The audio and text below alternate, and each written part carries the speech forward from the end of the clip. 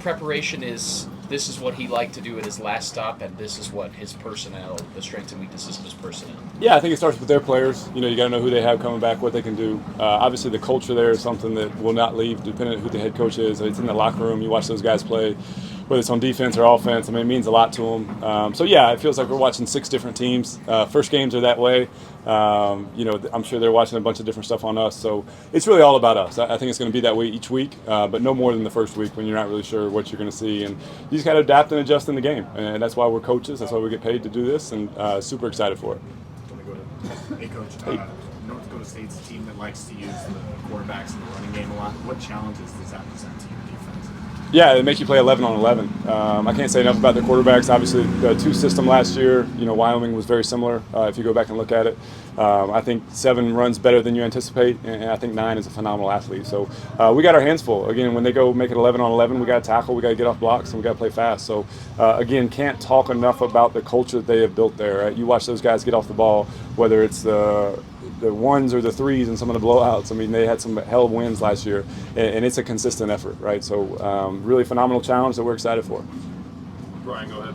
Coach, I don't know when you were William & Mary, did you guys face an FBS team? We did. The funny thing is I was these guys. My senior year at William & Mary, dirtbag average player, really just made 11 on the field. And we opened up with Virginia, and it was our Super Bowl. And in a lot of games I played, I'll never forget that one. A young man named B.W. Webb came in his first college game. He had 3 interceptions, and we won. So I know exactly what it's like to be on the other side. And it is, hey, burn the boats. We're coming hell or high water. So that's not lost on me because I was them. And so, again, it goes back to us being us and playing the game that we play. So as a follow-up to that, I mean, because you've been through that, is that something you use this week? You say, guys, I know what it's like. Yeah, that's how we started our week. Talk about it and just know what it is. I mean, dudes, we're going to get everybody's best shot. I mean, that's just it's college football, right? You're 1-0 each week, and everybody's going to be great. So, we got to strap it up, and we're expecting a knockdown, drag-out fight. To kind of develop your defensive philosophy, who have you kind of leaned on or who have you kind of borrowed from over your career? I mean, I got so many mentors. Marvin Lewis is a guy that I'll forever be indebted to. Mike Zimmer as well. Paul Gunther, Vance Joseph, Al Golden. I mean, the list goes on. So, again, I think we've talked about this at length. Maybe take a little bit of what Zim did, a little bit what Al did, and it's just about our guys, right? If we have a dominant front 4 that can rush the passer, then the coverage part should be easy. If we got to heat them up, then we got to do some other stuff that maybe Zim did. So, again, I wouldn't be here without those guys. I'm forever indebted to them and owe them many things. Coach, going back to in terms of the preparation for North Dakota State, new coach, as you talked about, yep. They also probably going to be coming at you with the power rushing attack. It's not really what the offensive guys here are used to. Yeah. You feel like you're getting a good look in practice and able to replicate it kind of well enough to give you a good look. Yeah, it's like anything. Nothing is ever good enough till you get to the first game, right? I mean, God bless our scout team guys, but they're looking at a card. To our assistant coaches' credit, they've been on top of this. We've been carding stuff. Again, it seems like we're watching 6 different teams, but we've been doing it every walkthrough. So there's time on task there. But like all first games, you're going to look up midway through the first quarter, start of the second quarter, and you say, okay, hey, this is what it is. And then you got to adapt and adjust. And it all goes back to putting our guys in position to be successful. And some calls might change. There's never huge in-game adjustments, but move some guys around and just let the guys go play fast and free. Jake, go ahead. Coach, just in terms of week 1, will it be like the spring game for Travis in the secondary in terms of how versatile they are and moving around? I think it's just by matchup. We'll have to wait and see. They got to come to the game to watch that one. So, again, we talked about it. Travis is unique in many ways. So, however we can get him on the field and do as many things as we can, we'll try to do it. Jack, go ahead. Just curious in your linebackers room, how have you seen that room kind of morph throughout fall camp? Yeah, there's been competition each day. Coach Hart, Coach Hilo, they do a great job with those guys. So there's competition. Guys want to play. That's the beauty of college football is only X amount of guys play. So I'm excited to see how when the lights come on Thursday night, I'm sure we'll have a bunch of packages and a bunch of different guys flying around. And they have put everything they have into it. So the football gods should bless them with a play or two. A lot of the players have talked about their specific position coaches and how much they've meant to them.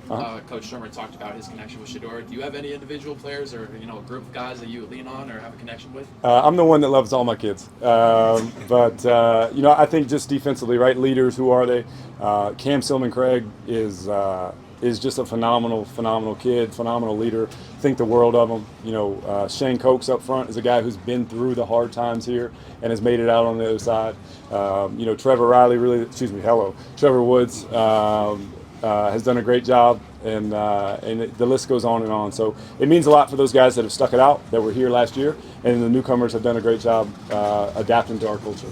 Brian, go ahead. Coach, you being a first-time play caller, Yeah. has it been a benefit to you going against Pat Shurmur in practice, just being a long-time play caller on offense? Yeah, I heard some of Pat's answer. I paid him a lot of money to say those good things, so I will have to pay that debt. It's the beauty of Pat is that you can see 3 different offenses, right? So obviously with Shedeur, you're going to see something. He can, hey Pat, can I get some? You've talked about the different personnel groupings that we might see on Thursday night. Can I get some of this? Can I get some of that? And he can just adapt and call it. So I lean on him a lot. He's obviously been in this seat. He knows what it's like. I can walk down there and knock on his door, and he's great. And then the head guy. The head guy is just phenomenal. I can't say enough about Coach Prime.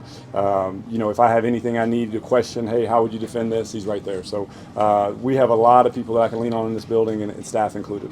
Tyler, go ahead. You mentioned Trevor Woods. Obviously, You almost you've only did. known him as a linebacker, but obviously he's come from playing safety. Yeah. How have you seen those instincts from playing deeper in a defense translate? It seems like he's made a handful of plays. He mentioned too, he just feels like he's not getting noticed as much by the opposing offenses. How much have you seen that kind of translate for him at the new position? Yeah, I think the first thing is the ball skills, right? Thinking back to that early in camp, a couple great interceptions, spot over the ball, and everybody has been in a position where you make a change, right? So he goes from safety his whole life to playing linebacker, mid-year last year, embraces it this offseason, puts on a bunch of weight, and is just the kind of guy you want in your program. So excited for Trevor. Again, he's done it the right way. God knows he kills it every day. He gives everything he has. So just excited to see when the lights come on and see him play. Go ahead, Matt.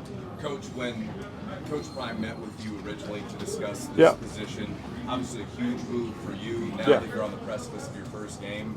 How has it lived up to the expectations? Every step of the way.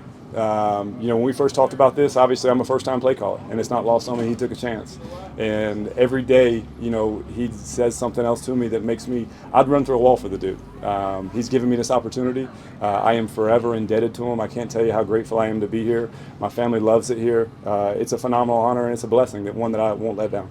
Excuse me if this is a silly question. No, you're good. But compared to starting an NFL season, Yeah. is there maybe some extra juice starting a college season, or is it just all? It's just different. You would have had 3 preseason games by now and a longer camp.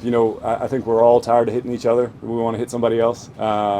It's just a different cycle. The preseason used to be starters don't play the first game, play some the second. You're trying to figure out who's getting cut, who's making the roster.